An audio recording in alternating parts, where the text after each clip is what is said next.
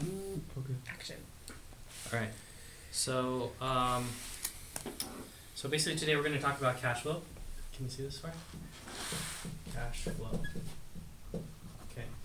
So one of the important things about investors is being able to present information to a lot of investors that will relate to them. Investors are not emotional people, so they don't buy based on that they like the property or that it's this color. So to be able to do some analysis is always going to be a requirement when it comes to dealing with them. When they look at cash flow, when they ask you for cash flow, or they're going to ask you for a return on investment, this basically is going to go over how to do the analysis for them. If they use terminology like cap rate, okay, then they're a really sophisticated investor, and you have to do a couple extra calculations. Cap rate and ROI, okay? But for the basic investor, they're just going to care about what is their profit and what is their return. So it's a really, really simple formula here. What we do is we take the purchase price.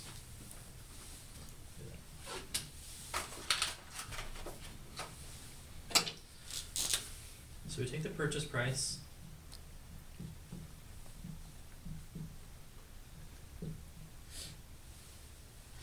and we calculate how much is a loan. Now, as of right now, which is November 2013, 25% down is required on a loan up to 4 units, okay, as an investment. 25% down is required. So to get the loan amount, we take 75% of the purchase price, okay? If the client wants to put more down payment, then obviously we can do that calculation. But we take 75% of the purchase price. The purchase price, the loan amount has a component of interest rate, which as you know fluctuates. And it has a component of term. Typically the term is 30-year fixed. Okay? Will there be investors out there that want to have a 5-year fixed? Absolutely. A 5-year fix is going to be at a cheaper rate than a 30-year fix. So as of today, right now, an investor rate is 4.625. Okay? If they wanted a 5-year fix, the rate is somewhere in the 3s. But this means that the investor has an idea that they want to sell the property and maybe trade up later on. I'm more conservative because if they have a 30-year fix, although they're having a higher payment, they won't be forced to sell the property in 5 years. Rates can go up, rates can go down. It's very cyclical. So whenever they come out of a 5-year fix, it's fixed for 5 years, they might be at this point or they might be at this point, okay? During the recent bubble, a lot of people don't have to do anything because they were actually here at a cheaper rate, so their loan had adjusted on them. But when it adjusted, it actually adjusted downwards. Because I can't predict the 5-year period of when it's going to come out, I always do 30-year fix. But if the investor knows for sure that the property is just a starter home, like maybe a duplex or something, they may want to just choose a 5-year fix. If they choose a 5-year fix, the rate's going to be lower and the cash flow is going to be higher. So when we calculate the payment, we use a mortgage calculator to calculate the payment, and we can use a bunch of different formulas. Can you hit the lights? Oh, on this side, just step out and it'll turn on. So we can use a bunch of different formulas. Obviously what we know is called principal and interest. Okay? So in this example here, let's do an actual example. Purchase price is $650,000. Loan amount in this case is $487,500. And interest rate is 4.625. Principal and interest is $2,506 in this particular case. That's $487 at 4.625. How do we figure out what the component that is interest? Okay, and I'll tell you why it's important in a second. Well, this is a simple interest calculation. So when we figure out interest annually, the formula is simply loan amount times rate divided by 12. Okay, there's no compounding, etc., etc. So loan amount times rate divided by 12. So we can do this calculation at 487 times 4.625 divided by 12, and we're going to get 1878. Therefore, the differential, which is about $600, is actually going to go towards principal. The differential is going to go towards principal. So I'll show you why that matters in a second. We can then take the income for the property. So make sure the cameras can see this right here. So we take the rents, okay? Rents plus laundry income. And we basically have two components. We want to calculate the annual return. So usually the rents will be actually be a monthly amount, which we can translate easily by times it by 12. So let's say we have a 4-unit property, and the rents are $1,500 times 4. The rental income in this case is $6,000. If it has a laundry room, you can add $100, maybe $150, something like that. We calculate the other expenses, okay, just like a profit and loss statement. So we have income here, and we have expenses here. The expenses are really simple. The expenses is the taxes, the insurance, the repairs, utilities, the landscaping or gardening, management fees, miscellaneous costs, which I put in parentheses HOA fees, sometimes just an HOA, and we add all this together and we basically get an expense. Now what about the component of the payment? Well, there is the component of the payment here. $600 every month is going towards principal. That means after the first year, the principal has been reduced by, let's say, 600 times 12, which is about $7,000. So what we do, and a lot of clients don't understand this, they disagree with me sometimes, but we do agree that at the end of 30 years, this loan will actually drop down to 0 because principal is being paid. So what we do is we calculate the component of interest, and we use that as an expense, okay? So I will call that interest expense. Okay, why am I not using the principal? Because at the end of 30 years, this house is going to be free and clear, and they're going to own it. So some clients will disagree with me, but if they disagree with me, that's fine. I will basically have two numbers, one that has their formula and one that has my formula. Okay, we then calculate the taxes. Taxes are always going to be based on 1.25% of the purchase price. That's the formula for taxes. This is what the software calculates, etc. Insurance for a fourplex is somewhere between $1,400 to $1,800. I just know that from experience. Sometimes an HOA might cover some portion of it, but it's very rare if the HOA is $400 or less. Repairs, this is the hardest thing to quantify because the fourplex can be different conditions. So let's say that the fourplex needs brand new windows across the board. That's like a capital improvement, so I would actually show that more on the balance sheet side. On the balance sheet side, I'm gonna say the cost for this property is $650 and capital repair costs, let's say $20,000.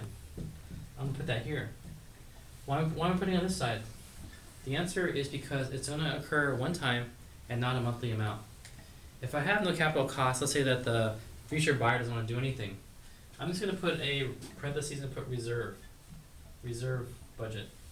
So when I put reserve budget, in this case, the taxes is $677 for the $650 price. If you use your gut feeling, you can see that 670 is really close to the 650 number, so that's really 1.25%. Okay, so use your gut feeling, you move the decimal a little bit, you get that gut feeling. 1,800 or 1,400 divided by 12 is about $120 a month, using my gut feeling. And repairs, if I got nothing to put there, I want to put something, so I usually put $100. That means $100 worth of something is going to be required. It could be a plumbing leak, it could be a toilet change, whatever it is. I want to put something there. Utilities, this is the hardest thing to quantify. We don't like to rely on the MLS all the time to disclose utilities. So there are utility bills that the seller will have. How much have you been paying for your laundry room? How much have you been paying for your exterior lighting, your electricity? So I usually try to get the information from the seller before I prepare the sheet. It could range anywhere from $200 to $400. Garbage, for example, in Campbell costs me $280. Okay, that's pretty expensive. Landscaping. Sometimes HOA will cover landscaping. If not, I pay $60 on mine. Management fee. Depending on the manager, sometimes they charge a flat fee, sometimes they charge a percentage of the rent. Okay, so typically, management fee is actually 8% of the rent is the formula. Sometimes there's discounts depending on how easygoing the client is and how easygoing the tenants are. 8% of rent, that's 8% of $6,000, that's $480 management fee. If the tenant moves or leaves, then there's no rental income for that month, then the management fee is correspondingly reduced. This is just done by tradition. Okay, and in this case, there's an HOA, $400 is the HOA.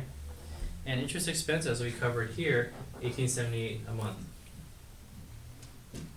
Okay, so if I can borrow that calculator, 670 plus 120 plus 100 plus, I'm going to put a little star here if I don't know on my spreadsheet to put estimate. Very important to do that because we don't want the client to have something in their mind and not be able to meet that expectation. Plus $60 plus management 480 plus 400 plus the big one, which is 1878. So in this case, the expenses are $4,000 approximately. And then we take the differential, 6,000 minus 4,000 equals $2,000. We annualize that, so we times that by 12, and we get $24,000 a year. So $24,000 a year is basically their profit based off of a simple profit and loss statement. Now, how do we figure out what that percentage is? We're going to take the $24,000 divided by all the money they put into the property, which is really 25% of 650, because they borrow the bank's money, and when they borrow the bank's money, you're already hitting them for an expense based on the bank's money. So we can take a 650 minus 487, or we can just times it by 0.25%. So their down payment in this example was $162,000. $162,000. Okay, so if I take that 24,000 over 162,500, I get a 14% ROI. Okay, now this to me sounds really high. So if it's too high, believe it or not, I will throw in something like a vacancy factor. Okay, because I normally don't, but if I feel like with a fourplex, I try to use a 90% vacancy factor if possible. So when I do the calculations, I'm taking 90% of 6,000, which is 5,400. Okay, that's just the way that I do it. Because if I feel this is too high, it sounds too good to be true. I definitely want to have my disclaimers in there. The rule for loans is 75%. So if we were actually going to use a qualifying rule, we would use 75%. The way to think about it is that of these 4 units, one of them out of the 4 is going to be vacant at all times, which we know is not going to be the case because our owner would want to have the property vacant. So that's why in real life, I would say 90%, but on qualifying purposes, when they do the calculation for the loan, they will actually use 75%. And the funny thing when you qualify for the loan is they will do taxes, they will do insurance, they will not do repairs or utilities, they will not do landscaping, they will not do management, they will do HOA, and they'll of course do principal and interest. So when they calculate the debt ratio, they're going to use these numbers: taxes, insurance, HOA, interest expenses. They won't calculate this miscellaneous. So we always have to prepare it for the client to see what the real life is. Whether they qualify or not is something separate. Alright, so that will reduce my ROI maybe like by 2%, $12,000, or I'm too lazy to calculate right now, but if I want to calculate it, I can simply do 5,400. I can do 5,400 minus the expenses, which gives me $1,400. $1,400 times 12 is 16,800. Take 16,800 divided by the initial down payment, which was 162,500, and I now get a 10% ROI with a vacancy factor. If I don't put a vacancy factor in there, I'm going to put a star saying assuming no vacancies. Okay, 10% is more reasonable because I want to have my clients have the proper expectations. If they're expecting a 12% ROI and we're in escrow, and then and then all of a sudden expenses pop up, they're going to have that. But if I tell them a worst case scenario, then 10% they understand that. Now the question that a lot of clients ask is it better to leverage? Is it better to leverage and put down, or is it better to put down all cash? So let's do a simple calculation here so we understand the concept. The loan amount will now be 0, and the down payment amount is now going to be the purchase price. The down payment amount is going to be the purchase price. But the interest expense is going to go away. Okay, so let's assume the same vacancy factor, $5,400. Let's add up all the expenses. 670 plus 120 plus 100. I used 300 for my range for utilities. I used half of it. Plus 60 for landscaping, 480 for management, and 400 for HOA. So 2130 minus 5,400. 3,270 is the total profit. 3,270 is the new profit, which is of course income minus expense. Now I'm going to annualize that, so I'm times that by 12. I get $39,000 a year, 39,240. I'm going to take that number divided by the purchase price, because the client in this case put the entire money down, which is $650. And believe it or not, when I do that calculation, 39 grand over 650, my ROI is actually 6%. My ROI is actually 6%. Therefore, the conclusion is that it's actually better to leverage the bank's money because the rate is actually pretty low and get a higher ROI than it is to put down all cash. Now, of course, knowing this, there is of course a limit. There is a limit of 4 and 10. That means that the client can buy a maximum of 4 properties or up to 10 finance properties. So 4 finance or up to 10. The reason I say or is because some lenders have a rule 4 and some lenders have a rule 10. So we have 20 lenders right now that we work with, and we can always bypass the 4 rule. So that's pretty much it in a nutshell. The way to calculate our ROI, return on investment. Okay. If I want to go into more detail of cap rates and so forth, I simply take a portion of the profit and divide it by the purchase price. So it's basically saying, based on this purchase price, this is the return the property is getting. Okay, and that goes into cap rate and net operating income. A little bit more calculations here. So that's how you calculate the cash flow. I'll send everyone a spreadsheet template so you can use the spreadsheets to help you guys with that.